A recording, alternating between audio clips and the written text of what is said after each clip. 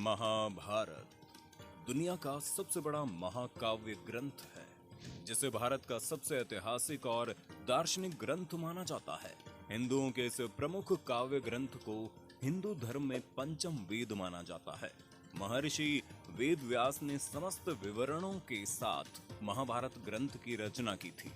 हिंदू धर्म में मान्यता है कि महाभारत में उल्लेखित घटनाएं सत्य और प्रामाणिक है, लेकिन दुनिया में बहुत से ऐसे लोग हैं जो इसमें घटी घटनाओं को काल्पनिक मानते हैं। महाभारत सच है या झूठ, ये उलझन अक्सर लोगों के बीच में रहती है। लेकिन आज हम कुछ पुरातात्विक और वैज्ञानिक सबूतों के आधार पर साबित कर देंगे कि महाभारत सच है। तो चलिए फिर जान लेते हैं महाभारत से जुड़े उन सबूतों को। चलिए शुरू करते हैं।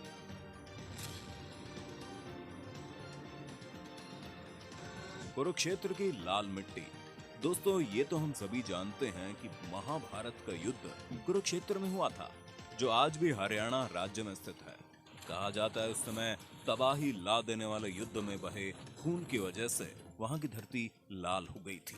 पुरातात्विक विशेषज्ञ ने भी माना है कि महाभारत की घटना सच में घटी थी, लेकिन उस जगह पर लोहे से बने तीरों और भालों को जमीन में गड़ा पाया गया है, जिनकी जांच पड़ताल करने पर उन्हें 2800 ईसा पूर्व का बताया गया है, जो कि लगभग महाभारत के समय काल के ही बने हुए हैं। अर्जुन का चक्रव्यूह। आपने महाभारत में अर्जुन के चक्रव्यूह के बारे में तो सुना होगा, लेकिन क्या आप जानते हैं इस चक्रव्यूह का एक जिंदा सबूत आज भी मौजूद है? जी हाँ, हिमाचल प्रदेश के हमीरपुर जिले के 16 सिंगी धार के नीचे बसा राजनौण गांव एक ऐतिहासिक स्थल के नाम से मशहूर है। यहाँ पर पांडव अज्ञातवास के दौरान रुके थे। इसी समय अर्जुन ने यहाँ पर चक्रव्यूह का ज्ञान प्राप्त करके उसे पत्थर पर उकेरा था, जो आज भी वहाँ मौजूद है। इस चक्रव्यूह को ध्यान से देखा जाए तो उसमें अंदर जाने का रास्ता तो साफ दिखाई देता है, लेकिन बाहर जाने का रास्ता पता नहीं चलता। इस जगह को पिपलो किले के नाम से जाना जाता है, जो आज भी मौजूद है। ब्रह्मास्त्र और आज के न्यूक्लियर वेपन। महाभारत में आपने ब्रह्मास्त्र के नाम के भयानक अस्त्र के बारे में सुना ही होगा। यह अस्त्र धर्म और सत्य को बनाए रखने के लिए ब्रह्मा द्वारा बनाया गया एक बहुत ही विनाशकारी परमाणु हथियार था, जिसे केवल दूसरा ब्रह्मास्त्र ही रोक सकता था।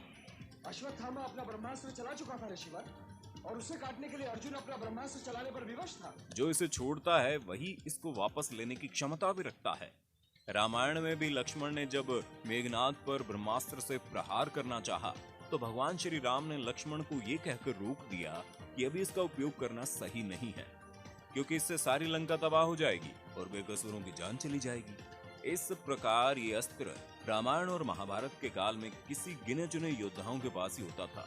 रामायण में ये अस्त्र लक्ष्मण के पास था और महाभारत में ये द्रोणाचार्य, अश्वत्थामा, कृष्ण, युधिष्ठिर, कर्ण और अर्जुन के पास था। यह अस्त्र पूरी दुनिया को तबाह करने की ताकत रखता है। माना जाता है ये अचूक और ब्रह्मांकर होता था। अब आप सोच रहे होंगे मैं ये क्यों बता रहा हूँ। असल में इसकी प्रामाणिकता तब सामने आई जब अमेरिका ने जे रॉबर्ट ओपेनहाइमर को परमाणु बम बनाने को दिया। उस दौरान रॉबर्ट ने महाभारत काल के ब्रह्मास्त्र की संहारक क्षमता पर शोध किया।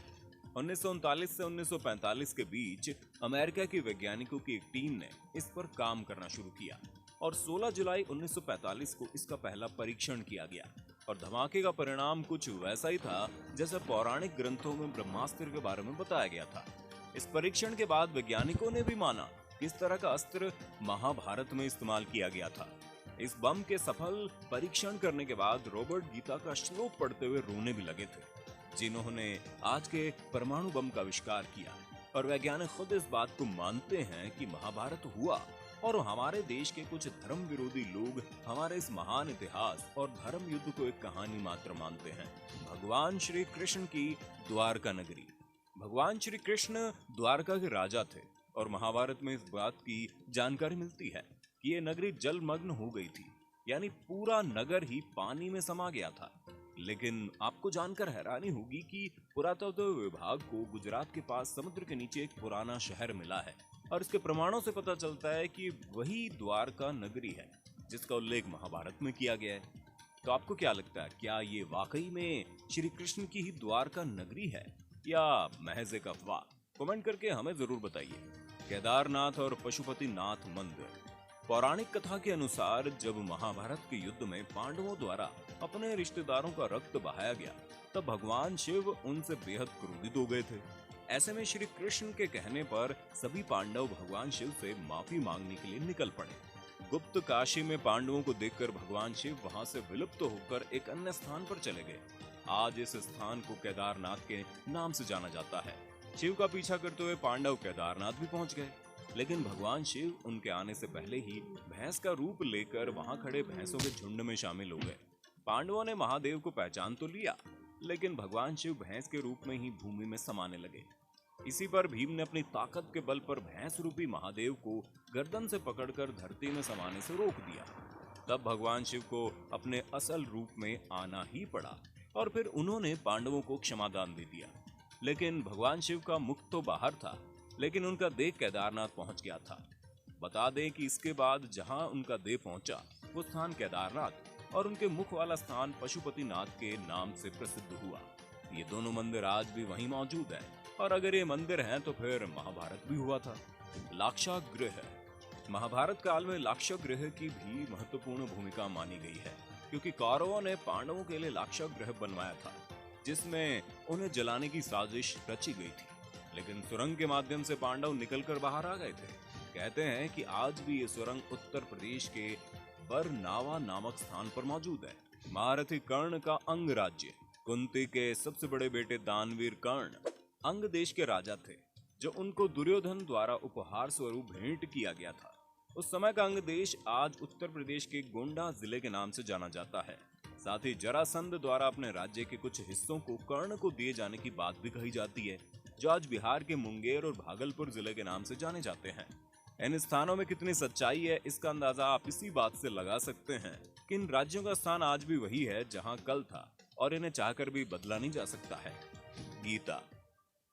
ना किसी के मरने का शोक करो, ना किसी के साथ नाता टूटने का दुख मानो।